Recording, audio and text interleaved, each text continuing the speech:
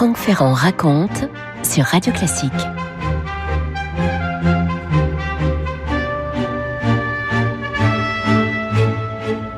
Nous sommes au beau milieu du XVIIIe siècle, au beau milieu du règne de Louis XV. Dans ces années 1750, c'est la Semaine Sainte, et dans un couvent parisien de Pantémon, tout près des Invalides, les religieuses sont bien ennuyées. Oh là là, beaucoup d'émoi dans le couvent. Il se trouve qu'elles reçoivent une de leurs protectrices, la princesse douairière de Conti, qui est une cousine du roi, un petit peu vieillissante, il faut bien le dire, et les religieuses sont face à un gros problème, puisque la chanteuse qui avait été prévue pour élever les prières de l'assistance pendant la messe du mercredi saint, cette chanteuse ne se sent pas bien. Or, la célébration ne peut évidemment pas être reportée. La princesse est là, elle va arriver. Vous imaginez l'embarras des religieuses? Eh bien, c'est la douairière de Conti elle-même qui va avoir une idée. Il se trouve que, justement, elle a depuis quelque temps auprès d'elle une adolescente qu'elle a remarquée pour son don musical, une adolescente qu'elle se charge de faire former.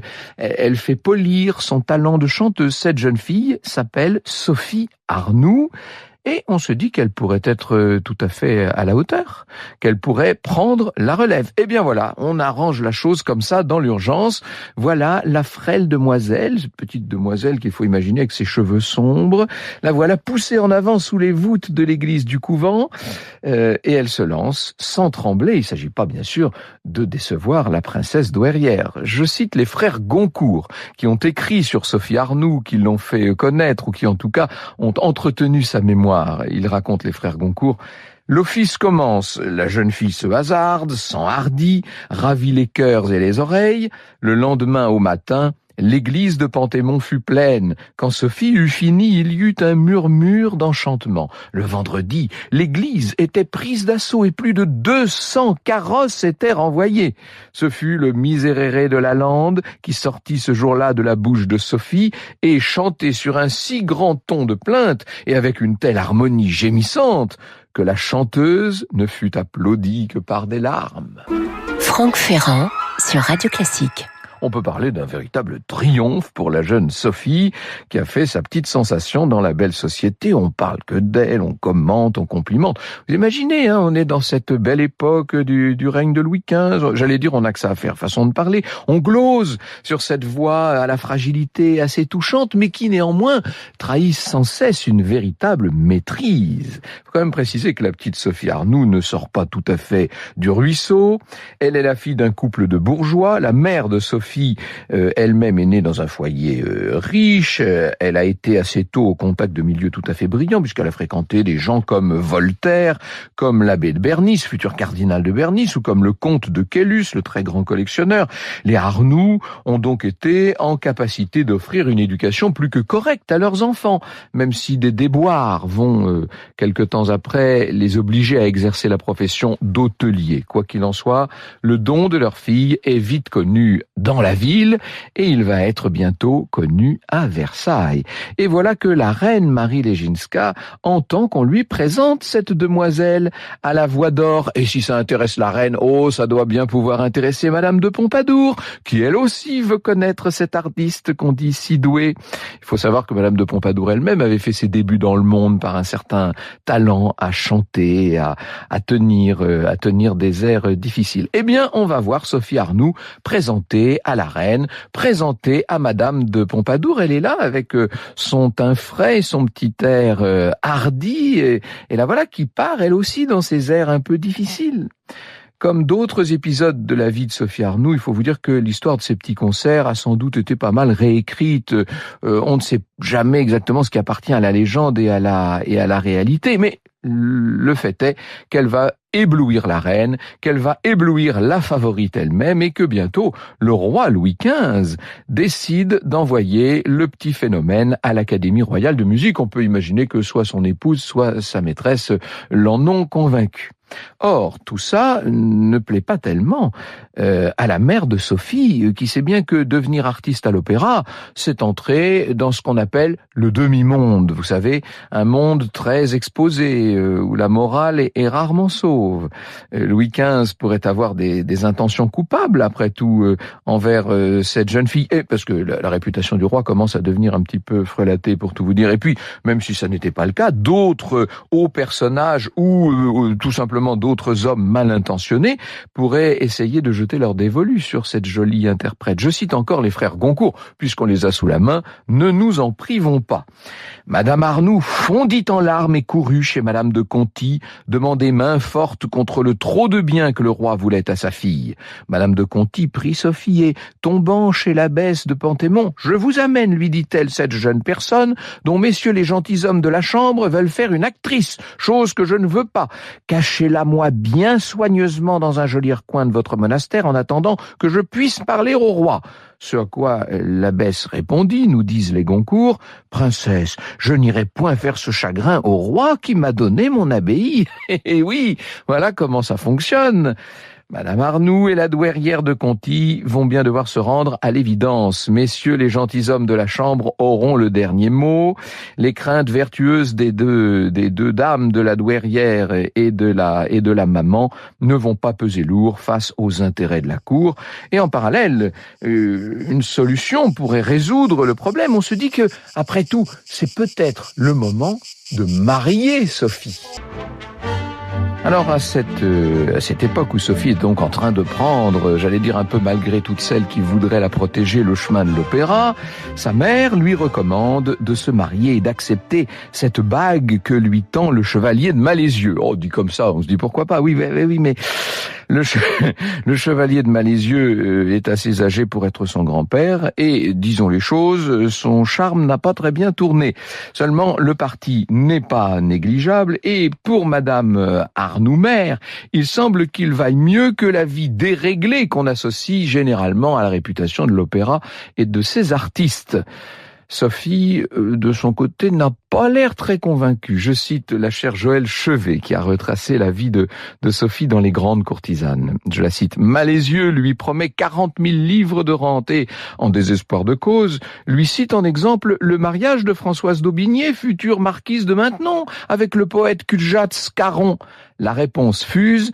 Dès le demain, je fais un pareil mariage à condition que mon mari commencera par être Cudjat et finira par être roi. » Oui, après tout.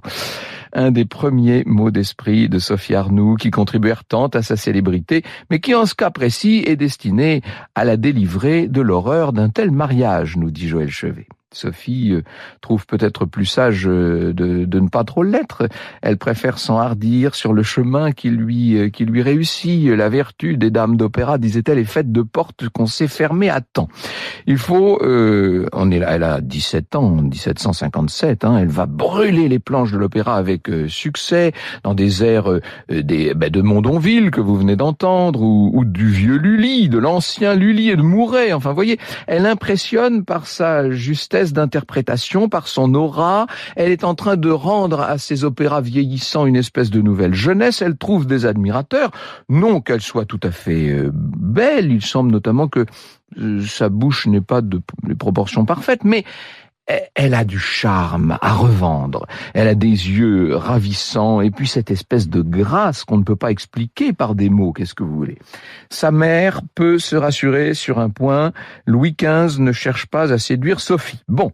En revanche, d'autres messieurs sont déjà sur les rangs.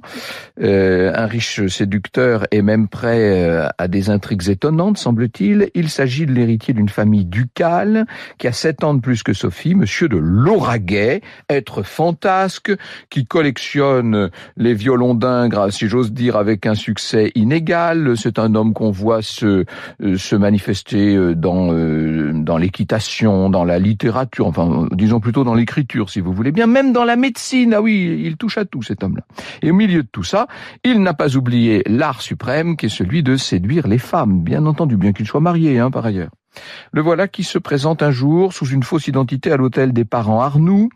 Il assure arriver de loin, vouloir une chambre. Monsieur et Madame Arnoux n'ont pas vraiment de raison de se méfier de cet hôte qui a l'air parfaitement sympathique par ailleurs, qui connaît tous les usages du monde et qui de jour en jour va leur faire une sorte de cour très agréable. Et ça y est, ils ont fait entrer le loup dans la bergerie. À la dérobée, le jeune aristocrate peut dérouler son plan de conquête. La conquête, c'est Sophie, bien sûr, et il faut pas longtemps pour que la demoiselle soit séduite et qu'elle fuit le foyer familial dans la voiture de monsieur de Lauraguais. Et pour elle, disons-le, c'est le début d'une très longue carrière de femme entretenue. Lauraguais a rassuré les parents de Sophie à bon compte en leur promettant de l'épouser dès qu'il serait veuf, raconte Joël Chevet. En attendant, il souscrit à une négociation qui, au XVIIIe siècle, semble être la règle dans les affaires de galanterie dès qu'elles prennent une tournure sérieuse, l'établissement d'un contrat en bonne et due forme et devant notaire, assurant à la dame une rente d'entretien mensuel payable d'avance. Le nom de Sophie n'évoque donc plus seulement un don artistique assez précoce et qui a ravi les parterres, il devient bien sûr assez vite un synonyme de scandale qui fait bruisser les salons. Les années qui suivent vont être rythmées par les rôles de Sophie à l'opéra, mais aussi, disons-le, rythmées par la mise au monde d'un certain nombre d'enfants naturels. Et puis il y a cette histoire des relations très inconstantes avec Lauraguais, dont l'épouse obtient une séparation en 1764. Au fil du temps, Sophie se rapproche de toutes sortes de protecteurs et parmi eux, il y a des gens très célèbres. Il y a le grand Bougainville notamment, il y a le prince de Hénin, le duc de Fronsac ou l'architecte Bélanger. On lui prêtera aussi des amours féminines avec notamment une célèbre comédienne, la Raucourt, ça c'est un petit peu plus tard. Sophie prend goût à la vie de femme entretenue, elle vit dans un véritable luxe, toujours un petit peu au-dessus de ses moyens. Il faudrait pas la réduire à cette image d'actrice entretenue, bien entendu, dont on a voulu au XIXe siècle faire un portrait peut-être un peu trop à charge. Elle est aussi, disons-le, une figure de la vie parisienne. Elle se lie avec tous les gens importants de l'époque. Si vous allez chez elle, vous avez de grandes chances de croiser Favart ou de croiser carrément Beaumarchais. Rodolphe Trouilleux, qui est biographe de Sophie Arnoux, précise « On est à 1000 lieues des salons distingués d'une Madame du Défend ou de Madame Geoffrin. Les propos sont libres et la plaisanterie de mise. » Il faut vous dire qu'elle a un esprit, cette Sophie Arnoux, elle est incroyable. Les coquettes sont de vraies girouettes, dit-elle. Elle ne se fixe qu'une fois rouillée. Ou quand on parle devant elle d'un monsieur qui vient d'obtenir le divorce, oh, ce n'est jamais que le sacrement de l'adultère. Divorce, évidemment, tout à fait symbolique à l'époque. Inutile de vous dire que ça n'est pas autorisé dans les mœurs de la société dont je parle. L'artiste irrite, c'est vrai, par un certain nombre de provocations. Elle a la dent dure, il lui arrive de dire des choses assez sévères ou méchantes, y compris contre celle qui, depuis quelque temps, là, vient de devenir la nouvelle favorite du roi Louis XV, Madame du Barry. Madame du Barry est bonne fille, elle apprécie la Arnoux, et elle va savoir l'excuser et lui éviter les foudres du roi. C'est vrai que la fantaisie, les réparties de l'actrice sont le revers de sa liberté essentielle et que c'est un revers tout à fait charmant. Un jour, une chanteuse se plaint auprès d'elle parce qu'elle a dû jouer un rôle masculin. « Oh, la moitié du parterre m'a prise pour un homme », lui dit-elle. Et alors là, Sophie la toise et comme la demoiselle a la réputation d'être plutôt, pour ne pas dire très légère, on est vraiment à l'époque des liaisons dangereuses, vous savez, elle lui répond « Qu'est-ce que cela fait ? Puisque l'autre moitié c'est le contraire. » Il y a un mousquetaire assez triste un jour que son amour ne suffise pas à séduire une danseuse et elle lui dit « Il faut être bien novice pour ignorer que l'amant qui ne dépense qu'en soupirs n'est payé qu'en espérance. » Et un autre jour, elle croise l'écrivain Gentil Bernard dans un bois et elle lui demande ce qu'il fait. Et alors, il est encore dans ses... Il lui dit « Ah, je m'entretiens avec moi-même. » « Ah oui, dit Sophie, prenez-y garde, vous causez avec un flatteur. » Je paie tous les jours l'honneur de m'être élevée par la peine de me soutenir, disait Sophie Arnoult, qui c'est vrai, au début des années 1770, commence à s'interroger sur l'avenir. Elle est trentenaire, le succès commence parfois à lui échapper. On pousse aux portes. Il y a de jeunes chanteuses qui sont, elle, et parmi elles, Rosalie Levasseur, qui va venir la qualifier de vieille serinette, cassée, cadavre, infecte, doyenne des putains. Oui, c'est pas très gentil, je vous le concède. C'est vrai que les cordes vocales de Sophie montrent parfois des petits signes de défaillance, et puis que elle a tendance à se montrer un peu capricieuse, il faut bien le dire. Elle a des lubies. Son nom est associé à une tradition d'opéra dont la vogue est en train de s'essouffler à l'époque. Bref, elle est en train de songer à prendre une douce retraite, seulement on lui refuse cela. Voilà qu'en 1773, un compositeur germanique arrive en France pour proposer une œuvre très différente de ce qui jusqu'alors se faisait sur la scène parisienne, et c'est le fameux Gluck dont vous venez d'entendre l'Iphigénie en Aulide, qui est là précisément pour séduire et pour convaincre Paris. Et il faut vous dire d'ailleurs que M. Gluck est soutenu par quelqu'un de très important, puisqu'il s'agit de la dauphine de France en personne, il s'agit de Marie-Antoinette. Le compositeur, qui a un tempérament assez fort, se voit ouvrir assez facilement les portes de l'Académie royale, même si ça va créer le scandale que vous connaissez, et Sophie Arnoult va recevoir le rôle principal. Elle va être cette Iphigénie. Les rapports avec le compositeur ne sont pas faciles. À une occasion, elle n'hésite pas à lancer à Gluck que son rôle manque de grands airs. Je cite Rodolphe Trouilleux. « Pour chanter des grands airs, réplique Gluck, il faut déjà savoir chanter. » « Eh bien, dit l'actrice, aussi étonnée que piquée de cette réponse, puisque vous comptez si peu sur moi, vous ne serez pas surpris quand je vous dirai que je ne compte pas davantage sur la réussite de votre opéra, que je me soucie fort peu d'en partager la gloire et d'y chanter. Si ce que vous venez de me dire est sérieux, ayez la bonté de le répéter. J'ai déjà trouvé qui vous remplacera sur le champ. » Et, nous dit Rodolphe Trouilleux, la spirituelle Sophie reste à court. Et oui, quand même, là, ça devenait très dangereux, sauf que évidemment, à mesure qu'elle se permet ce genre de saillies et de sorties, eh bien, elle vit dangereusement, Sophie Arnoult. Le 19 avril, lors de la première, et la dauphine s'est déplacée, le futur Louis XVI aussi, le dauphin est là, c'est un véritable raz-de-marée. L'œuvre de Gluck va désarçonner un certain nombre de spectateurs habitués à un autre type d'opéra, mais disons les choses, cette œuvre crée l'événement, et Sophie a littéralement ébloui. Alors la question se pose là, de savoir si c'est le début pour elle d'une nouvelle carrière, ou si déjà elle vient de lancer son chant du cygne.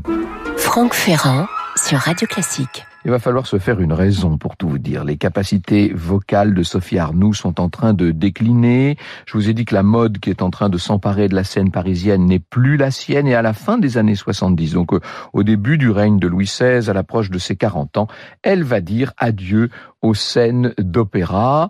Elle reste une personnalité connue, bien sûr. On se met à citer partout ses mots d'esprit, et il y en a tellement et tellement. Seulement, elle se préserve, elle est de moins en moins dans la lumière.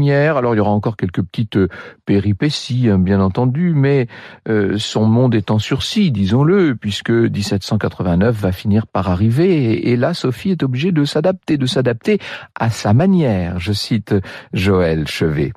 Le reste de ses jours se partage entre les soucis que lui donnent sa fille et sa petite-fille, et la fierté qu'elle ressent pour son fils aîné, qui fait une belle carrière dans l'armée de la République. Elle assaille son homme d'affaires à l'aune de demandes de prêts et de délais de paiement, et elle écrit toujours à Bélanger, ainsi qu'à Lauraguet, qu'il l'aide quand il peut. Il s'est jeté avec sa fougue habituelle dans les débats révolutionnaires, et sa femme est guillotinée. Trop tard pour épouser Sophie. L'ancienne reine de l'opéra, vous l'aurez compris, a beaucoup trop incarné l'Ancien Régime et les splendeurs du règne de Louis XV pour appartenir au temps d'une république qui ne la reconnaît guère.